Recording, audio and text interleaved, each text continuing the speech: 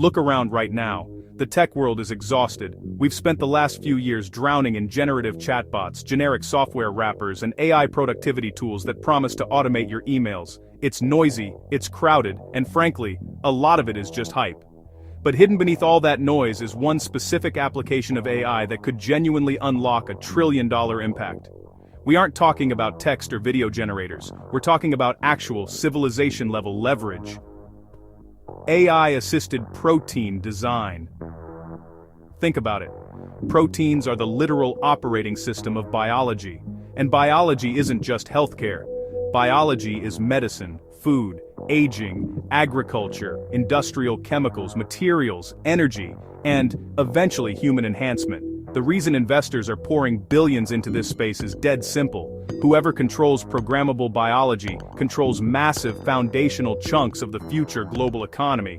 But if you look at the narrative online, there is a massive, dangerous misconception floating around. People genuinely think that because AlphaFold mapped the structure of every known protein, AI has solved biology. It didn't. AlphaFold solved a specific static structural prediction problem incredibly well. That is a massive achievement.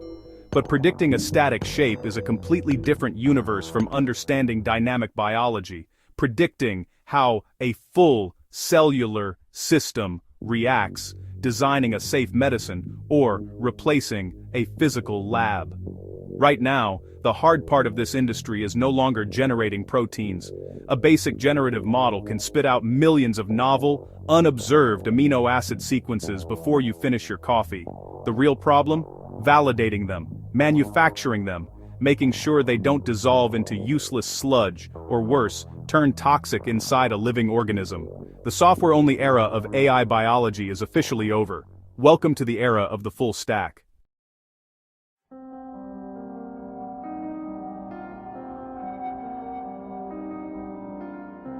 Let's talk about why this is so brutal. In software, when your AI code is bad, it crashes a server. You get an error message, you patch the line of code, and you redeploy in 90 seconds. Token burn costs you a fraction of a cent. But in biology, physics punishes hallucinations ruthlessly. If your protein language model hallucinates an enzyme sequence, it doesn't give you a broken layout. It misfolds when it hits body temperature. It clumps together into toxic junk in water. It fails a clinical trial 3 years and $400 million down the road. Or, in the absolute worst-case scenario, it triggers a fatal immune response in a human patient. You cannot patch a clinical trial. This is why digital demos, benchmarks, and beautiful 3D renders mean absolutely nothing unless they are validated experimentally in the real world. The tech community loves to treat amino acids like text tokens, thinking that if you just scale up the parameter count, the model will magically understand organic chemistry. But a protein isn't a sentence, it's a physical, dynamic machine operating inside an incredibly hostile cellular environment. And look at the actual industry numbers. While structure prediction has massive adoption right now, generative design drops off a massive cliff. Why? Because the bottleneck isn't the model architecture, it's the data environment. Most historical biological data is messy, unannotated, and missing the context needed for modern AI. You can't just throw raw software at a decades-old, poorly run experiment and expect magic. This is exactly why the winners of this market won't be pure software companies. They won't be SaaS startups building slick web dashboards on top of open-source models. The winners will be the companies that own the entire vertical stack, the AI models, the robotic wet labs, the proprietary biological datasets, and the automated manufacturing infrastructure. If you want to know what the real moat is in this industry, it comes down to 2 words: closed-loop learning. The companies that are actually going to change the world are the ones integrating simulation with real-world physical assays, high-throughput experimentation, and automated feedback loops. Think about how traditional science works. A human scientist manually pipettes samples over weeks to test a single hypothesis. It's slow, it's prone to human error, and it doesn't scale. Now imagine an AI agent optimizing an experimental design, pushing instructions directly to an automated robotic platform, running 10,000 microfluidic assays overnight, reading the data, and using that fresh data to retrain its own foundation model by the time the sun comes up. That is an automated design, build, test, learn loop. And just like how NVIDIA owns chips, hyperscalers own compute, and a handful of frontier labs own the best LLMs. Biotech is turning into a hyper-concentrated infrastructure play. The entry fee for this game is staggering. Training a massive protein foundation model requires specialized GPU clusters and highly curated biological datasets. But running the physical validation requires tens of millions of dollars in custom robotics and automation software. The small startups relying on public data and manual wet labs are bringing knives to a railgun fight. The structural advantage belongs entirely to frontier AI labs and heavily funded tech-native biotech giants. They aren't thinking like app developers, they are thinking like operators building the AWS of biology. Here's another massive piece that almost everyone outside the industry completely misses. Protein design is not just about drug discovery. Therapeutics are just the first commercial wedge because pharmaceutical margins can handle the massive upfront cost of development. The bigger, much more insane opportunity here is programmable matter. We are talking about moving humanity away from extractive, high-heat, high-pressure industrial chemistry and moving toward ambient biological manufacturing. Imagine custom-designed enzymes engineered to eat microplastics in the ocean and break them down into non-toxic, usable compounds.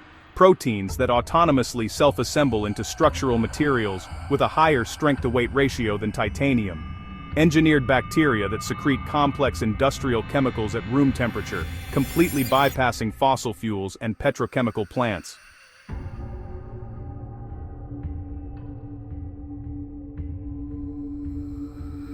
Think about personalized biologics generated on demand at a patient's bedside based on their specific DNA. Programmable immune systems upgraded via synthetic proteins to neutralize novel pathogens before they can even replicate. Carbon capture organisms designed to pull carbon out of the atmosphere and fix it into stable, structural building materials. Living biological sensors embedded in crops that change color to signal the exact hour a disease hits a field. This is the ultimate evolution of manufacturing. We are transforming biology from something we merely harvest or treat into something we explicitly program. And this leads us to the part that is being underestimated most of all. AI-assisted protein design is on track to become the first definitive proof that artificial intelligence can generate real, novel scientific discovery, instead of just recycling and repackaging human content. That changes the entire global narrative. Once an AI system can reliably hypothesize, simulate, design, test, and iteratively improve a biological system without a human hand holding it at every step, you're no longer dealing with a software tool. You're dealing with an autonomous scientific engine, and that is where things get economically and geopolitically serious, fast. Global superpowers understand this landscape perfectly. The US, China, and the UK are already treating biomanufacturing infrastructure and biological foundation models as matters of critical national security. Even regulatory bodies like the FDA and EMA are scrambling to align on shared guiding principles for AI practices, forcing companies to implement absolute traceability into their automated loops. This isn't a digital trend, this is the foundational infrastructure for the next technological era. The organizations that win this space won't be the ones writing clever prompts or launching flashy web apps.